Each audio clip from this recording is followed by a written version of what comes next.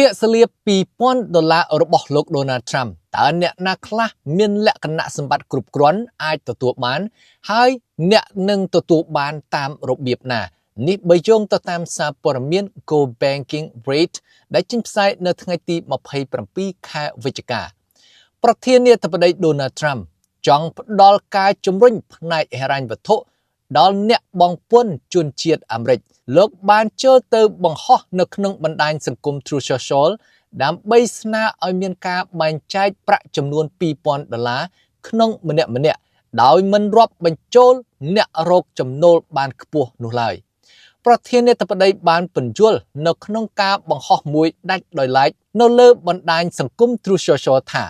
មូលនិធិសម្រាប់ការបែងចែកប្រាក់នេះនឹងបានមកពីពន្ធលើទំនិញបរទេសដោយសន្យាថាប្រាក់នេះនឹងធ្វើឲ្យមានការធូរស្បើយដល់ពលរដ្ឋអាមេរិកនិងជួយប្រទេសជាតិលោកបានមានប្រសាសន៍ទៀតថាថវិកាដែលនៅសេសសល់អំពីការទូទាត់ចំនួន$2,000ដែលផ្ដល់ដល់ជនជាតិអាមេរិកដែលមានចំណូលទាបនិងមធ្យមដែលបង្កើតតាមរយៈចំណូលពន្ធសំខាន់ៗ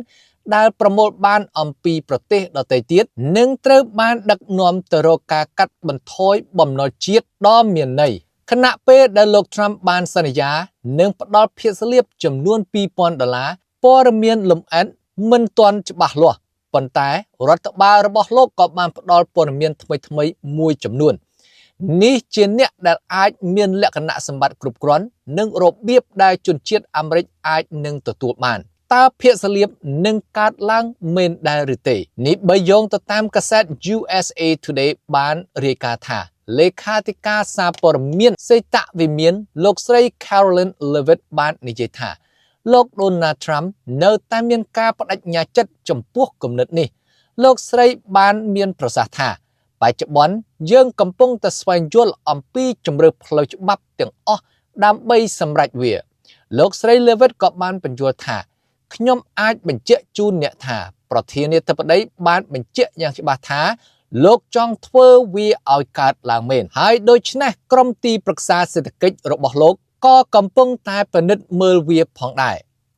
លោកស្រី Leavitt ក៏បានបញ្ជាក់ផងដែរថាមិនទាន់មានពេលវេលាកំណត់នៅឡើយនោះទេហើយលោកស្រីក៏មិនមានព័ត៌មានលម្អិតបន្ថែមទៀតទេប៉ុន្តែលោកស្រីបាននិយាយថាលោកប្រធានាធិបតីគឺកំពុងតែជំរុញឲ្យភាគសលៀបនេះកើតឡើងមែនតើអ្នកណាខ្លះមានលក្ខណៈសម្បត្តិគ្រប់គ្រាន់សម្រាប់ភាគសលៀប$2,000នេះនៅក្នុងបណ្ដាញសង្គម Truth Social របស់លោក Donald Trump បានបញ្ជាក់យ៉ាងច្បាស់ថាភាគសលៀប$2,000នឹងសម្រាប់ជនជាតិអាមេរិកដែលមិនមែនជាអ្នកដែលរកបានប្រាក់ចំណូលខ្ពស់នោះទេ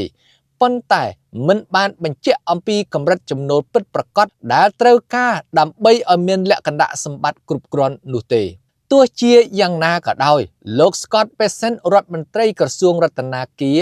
សហរដ្ឋអាមេរិកបានផ្ដល់គំនិតអំពីអ្វីដែលប្រាក់ចំណូលខ្ពស់អាចមើលទៅដូចជានៅក្នុងកម្មវិធី Fox and Friends លោកបាននិយាយថាប្រធានាធិបតីគឺកំពុងតែនិយាយអំពីការផ្ដល់ចំនួន$2,000ហើយនោះនឹងសម្រាប់គ្រួសារដែលរកចំណូលតិចជាងឧទាហរណ៍ដូចជា$10,000ប៉ុន្តែលោក Bessent ក៏បានបញ្ជាក់ជាថ្មីថាមិនមានផែនការជាក់លាក់នៅឡើយនោះទេតើរបៀបណាខ្លះដែលជនជាតិអាមេរិកនឹងទទួលបាននៅភាគសលៀប$2,000នោះ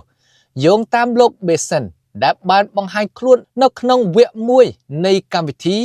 This Week with George Stephanopoulos ភាគសលៀបគឺអាចនឹងមានទម្រង់ជាច្រើនលោកបាននិយាយថា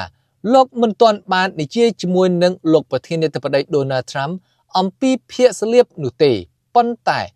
បានស្មានអំពីវិធីដែលជនជាតិអាមេរិកអាចមើលឃើញអំពី$2,000នោះលោកក៏បានមានប្រសាសន៍ថាវាអាចគ្រាន់តែជាការកាត់បន្ថយពន្ធដែលយើងកំពុងតែឃើញនៅក្នុងរបៀបវារៈរបស់ប្រធានាធិបតីគឺគ្មានពន្ធទៅលើប្រាក់ทิពគ្មានពន្ធលើម៉ោងបន្ថែមឬក៏ overtime គ្មានពន្ធទៅលើសន្តិសុខសង្គមឬក៏ប្រាក់ចូលនិវត្តន៍ទាំងនោះគឺជាការកាត់កងយ៉ាងច្រើននេះបើយោងទៅតាមលោក Bessent បានបញ្យល់ដោយរាយបញ្ជីអំពីវិធីផ្សេងៗដែលការទូទាត់អាចនឹងត្រូវបានចែកចាយ ខណៈពេលដែលលោក Trump បានអួតអាងនៅលើបណ្ដាញសង្គម Truth Social ថាពន្ធបាននាំមកនៅប្រាក់រាប់ពាន់លានដុល្លារអ្នករិះគន់ក៏កំពុងតែច្រើនទៅវិញ Erica York អនុប្រធាននៃក្រុមអ្នកគិតមិនលំអៀង Tax Foundation បានចង្អុលបង្ហាញថាសេចក្តីថ្លែងការណ៍នេះមិនពិតនៅក្នុងការបង្ហោះនៅលើបណ្ដាញសង្គម X ដែលអ្នកស្រីបានបញ្ជាក់ថា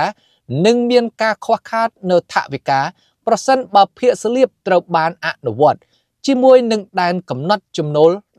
$10,000 មនុស្សពេញវ័យប្រហែលជា150លាននាក់នឹងមានសិទ្ធិទទួលបានដែលនឹងមានចំនួនសរុបប្រហែលជា$300,000 លានប្រសិនបើកុមារត្រូវបានបញ្ចូលការចំណាយនឹងកើនឡើងបន្ថែមទៀតបញ្ហាគឺថាការប្រមូលពន្ធបានបង្កើតបានត្រឹមតែប្រហែល$120,000 លានតែប៉ុណ្ណោះរហូតមកដល់ពេលនេះចឹងសរុបសេចក្តីមកនៅក្នុងសារព័ត៌មាននេះគឺតែងតែមានអ្នកសារព័ត៌មាននឹងសាកសួរបញ្ជាក់ហើយបញ្ជាក់ទៀតអំពីភាគស្លៀប$2,000ដែលប្រធានាធិបតី Donald Trump បានសន្យាថានឹងផ្ដល់ជូនដល់ជនជាតិអាមេរិកចំនួន150លាននាក់គឺសំដៅទៅលើអ្នកដែលរកមានប្រាក់ចំណូលទាបប្រាក់ចំណូលមធ្យមប៉ុន្តែមិនផ្ដល់ជូនអ្នកដែលរកបានប្រាក់ចំណូលខ្ពស់ឧទាហរណ៍ថាជាង10,000នោះទេហើយម្យ៉ាងវិញទៀតទម្រង់នៃការចែកលុយនោះគឺមិនពិតប្រាកដថា